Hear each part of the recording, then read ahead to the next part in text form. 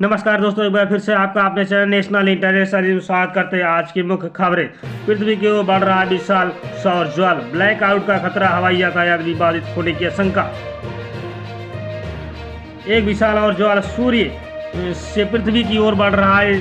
राष्ट्रीय समुद्री और वायुमंडलीय प्रशासन ने आज यानी 19 जुलाई को सौर तूफान के परिणाम स्वरूप संभावित रेडियो ब्लैकआउट के बारे में चेतावनी दी है। सूर्य से निकलकर एक विशाल सौर ज्वाला धरती की ओर बढ़ रहा है। यह इस भयानक सौर ज्वाला के जल्द ही पृथ्वी से टकराने की आशंका है और काफी नुकसान हो सकता है। इससे एक शक्तिशाली सौर तूफान उत्पन्न हो सकता है जो यह रेडियो ब्लैकआउट का कारण बनने के लिए काफी है। इसकी वजह से GPS navigation, mobile phone signal और सैटेलाइट सिग्नल में भी रुकावट पैदा हो सकती है। राष्ट्रीय समुद्री वायुमंडलीय प्रशासन ने इसे लेकर अलर्ट जारी किया है। यह सोलर फ्लेयर 14 जुलाई को सूर्य की सतह से फूटा था। और इतना नहीं दोस्तों, और पृथ्वी की ओर बढ़ रहा है। इस महीने की शुरुआत में भी एक भूचुंबकीय तूफान पृथ्वी से टकराया था जिसमें कनाडा के ऊपर चमकीला अरोरा बन गया। जेलेंस्की ने सुरक्षा प्रमुख महानियोजकों को हटाया। पेरिस के शहर पर गोलाबारी। रूसी राष्ट्रपति व्लादिमीर पुतिन ने 100 से ज्यादा नए कानून पास किए हैं। इनमें से कई कानूनों को यूक्रेन में जारी युद्ध से जोड़कर देखा जा रहा है। रूस ने पास हुए कानूनों में एक कानून के मुताबिक अब रूसी अधिकारियों को किसी संदिग्ध शख्स को विदेशी एजेंट मान सकती है। रूस यूक्रेन में गत 5 माह से जारी युद्ध में रूसी सेना लगातार पूर्वी दक्षिणी शहरों पर तेज हमले कर रही है। रूसी सेना ने सोमवार को दोनेत्स्क के क्षेत्र से के तोरेस्क के शहर पर गोलाबारी की जिसमें 5 की मौत हो गई। उधर यूक्रेनी राष्ट्रपति व्लादिमीर जेलेंस्की ने देशद्रोह के आरोप में अपने सुरक्षा प्रमुख इवान काकानोव और महानियोजक ईरान वेनेदिक्टोवा को बर्खास्त कर दिया। राष्ट्रपति जेलेंस्की ने दोनों को बर्खास्त करने के पीछे देशद्रोह और विभाग के लोगों, तथ्य, कानून प्रवर्तन, अन्य निकायों के लोगों के साथ सांठगांठ के आरोप लगाए हैं। जेलेंस्की ने कहा, अभियोजन कार्यालय के और एसबीयू राज्य सुरक्षा सेवा के 60 से अधिक कर्मचारी कब्जे वाले क्षेत्र में उन्हें देश के खिलाफ काम किया। रोजाना की जरूरतों पर पड़ सकता है जीएसटी भार। दाल चावल से लेकर इलाज तक हुआ महंगा। समझे पूरा गणित। दाल चावल, अनाज, दही, लस्सी लेकर अस्पतालों में इलाज के लिए अब लोगों को अधिक पैसे चुकाने पड़ेंगे। जरूरत की तमाम वस्तुओं पर सरकार ने जीएसटी की दरें बढ़ा दी है। सरकार ने कई वस्तुओं को पहली बार जीएसटी के दायरे में लाया गया है।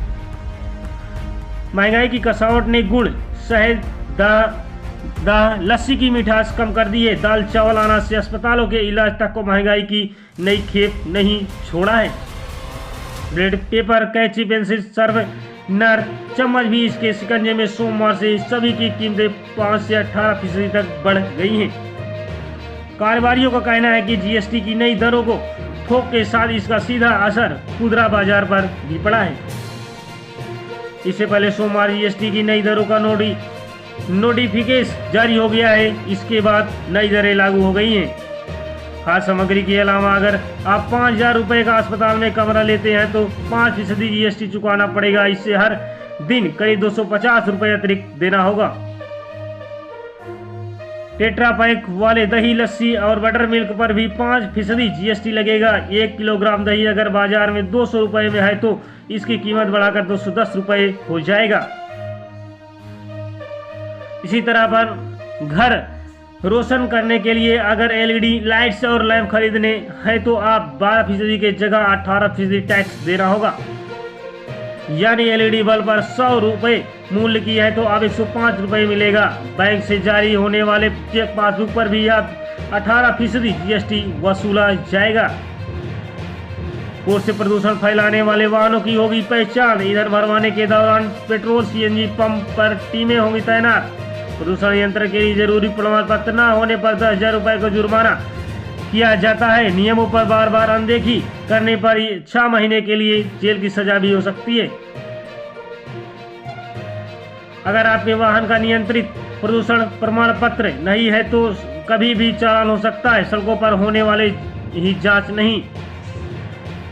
पेट्रोल या सीएनजी पंप पर भी पीयूसी नहीं होने पर वाहनों की QR कोड से पहचान हो जाएगी।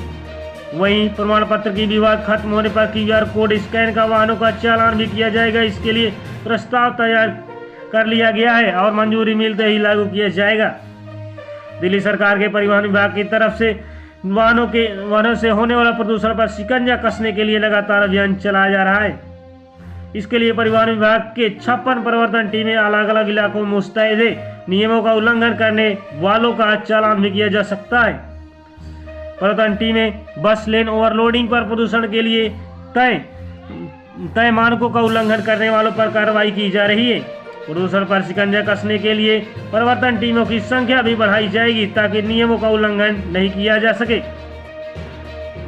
यात्री विमानों में तकनीकी समस्या को लेकर डीजीसीए से सख्त फ्लाइट्स की सुरक्षा के लिए जारी हुआ है बड़ा निर्देश। डीजीसीए ने कहा कि उसकी आवेदक का पालन 28 जुलाई तक शुरू कर दिया जाएगा। गौरतलब है कि पिछले एक महीने में ही स्पाइसजेट, इंडिगो जैसे एयरलाइंस के विमानों की तकनीकी खराबी के चलते आपात लैंडिंग कराई गई है। बीते दिनों में यात्री विमानों में तकनीकी खराबी के चलते आपात लैंडिंग के मामलों जबरदस्त बढ़ोतरी देखी गई है। अब इसे लेकर नागरिक उड्डयन महानिदेशक डीजीसीए ने सख्ती दिखाई है। बताया गया है अब लोगों का विमानों से विश्वास टूटता दिखाई दे रहा है कि डीजीसीए के अफसरों ने हाल ही में फ्लाइट्स में स्पॉट चेकिंग की है। इसके साथ ही निर्देश जारी किए हैं कि किसी भी एयरलाइंस के विमान को बेस या एयरपोर्ट से तभी उड़ान भरने की इजाज़त दी जानी चाहिए जब उस संस्था लाइसेंस प्राप्त स्टाफ ने उसकी सुरक्षा की लेकर मंजूरी दी। डीजीसीए ने कहा है कि उसके आदेश का पालन 28 जुलाई तक शुरू कर दिया जाए। गौरतलब है कि पिछले एक महीने में ही स्पाइसजेट, इंडिगो जैसी एयरलाइंस के विमानों की तकनीकी खराबी के चलते आपात लैंडिंग कराई गई है। बताया गया है कि डीजीसीए की तरफ से फ्लाइट्स की मौके पर पहुंचकर जो चेकिंग की गई है उसमें खराबी की गलत पहचान से जुड़े मामले भी सामने आए हैं। इसके अलावा फ्लाइट्स में न्यूनतम उपकरणों की सूची में भी कमी मिलने का चलन देखा गया है। इसके अलावा कई जगहों पर फ्लाइट के रवाना होने के पहले इनकी सुरक्षा मंजूरी देने वाले स्टाफ में भी कमी देखी गई। सरकार ने एमएसपी पर कमेटी गठित की। जीरो बजट आधारित कृषि के बढ़ावा देने पर रहेगा। कृषि मंत्रालय ने बताया कि जीरो बजट आधारित कृषि को बढ़ावा देने, फसल का पैटर्न बदलने और न्यूनतम समर्थन मूल्य को ज़्यादा असरदार और पारदर्शी बनाने के लिए एक समिति का गठन कर दिया गया है। केंद्र सरकार ने न्यूनतम समर्थन मूल्य को लेकर सोमवार को बड़ा फैसला किया। जानकारी के मुताबिक सरकार ने एमएसपी और किसानों की अन्य मांगों को लेकर एक कमेटी का गठन कर दिया है जिसमें उनको मदद मिल सके। कृषि और किसान कल्याण मंत्रालय ने बताया कि जीरो बजट आधारित कृषि को बढ़ावा देना, फसल का पैटर्न बदलने और न्यूनतम समर्थन मूल्य को ज़्यादा बनाने के लिए एक समिति का गठन कर दिया गया है। समिति न्यूनतम समर्थन मूल्य प्रणाली को मजबूत करने के उपाय सुझाएगी। बताया जा रहा है कि कमेटी में 16 सदस्यों को नामित किया गया है। कमेटी में 10 लोगों की जगह सरकारी अधिकारियों के लिए रखे गए हैं।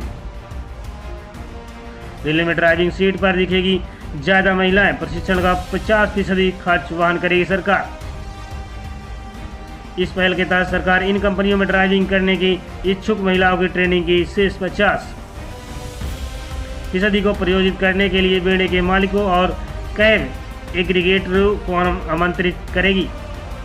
पेशेवर टैक्सी चालक बनने की इच्छुक महिलाओं को ट्रेनिंग देने के लिए वित्तीय सहायता प्रदान करने के लिए दिल्ली सरकार ने एक योजना की सोमवार को शुरुआत की है। निर्णय के अनुसार महिलाओं के प्रशिक्षण का 50% यानी करीब 4800 रुपये का परिवहन विभाग की ओर से वहन किया जाएगा। महिलाओं को बुरड़ी, लोनी और सराय काले खाई स्थित ड्राइविंग प्रशिक्षण केंद्रों में ट्रेनिंग दी जाएगी।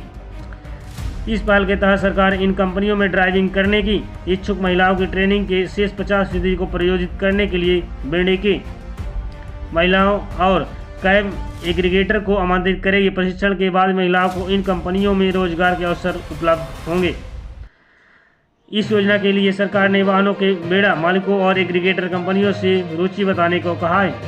आवेदकों की संख्या का आकलन करने के बाद उन्हें प्रशिक्षण का मौका दिया जाएगा। इस योजना का उद्देश्य सार्वजनिक परिवहन क्षेत्र में महिलाओं के लिए रोजगार की संभावनाएं बढ़ाना है।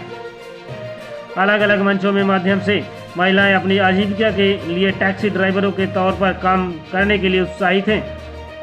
दिल्ली से अपने कंप्रेसिव इलेक्ट्रिक व्हीकल पॉलिसी 2020 के तहत इलेक्ट्रिक वाहनों में अपनाने की दिशा में तेजी से कदम बढ़ाया जा रहा है। सरकार जल्द ही दिल्ली मोटर व्हीकल एग्रीगेटर योजना को अपनाने की तरफ बढ़ रही है। इससे कैब कंपनियों के बेड़े में इलेक्ट्रिक वाहनों को चरणों में अपनाने की हिस्सेदारी बढ़ाई जाएगी। फरवरी में महिलाओं को ड्राइवर के रूप में भर्ती करने के लिए पात्रता मानदंडों में ढील देते हुए न्यूनतम ऊंचाई मानदंड 167 सेंटीमीटर से घटा 153 सेंटीमीटर कर दिया गया। इस कदम से दिल्ली परिवहन निगम और Delhi aggregator multi modal transit system में 7300 बसों के संयुक्त बेड़े में महिलाओं के लिए रोजगार के अवसर बढ़े हैं। ई ऑटो के लिए भी 33% परमिट महिलाओं के लिए आरक्षित किया गया था।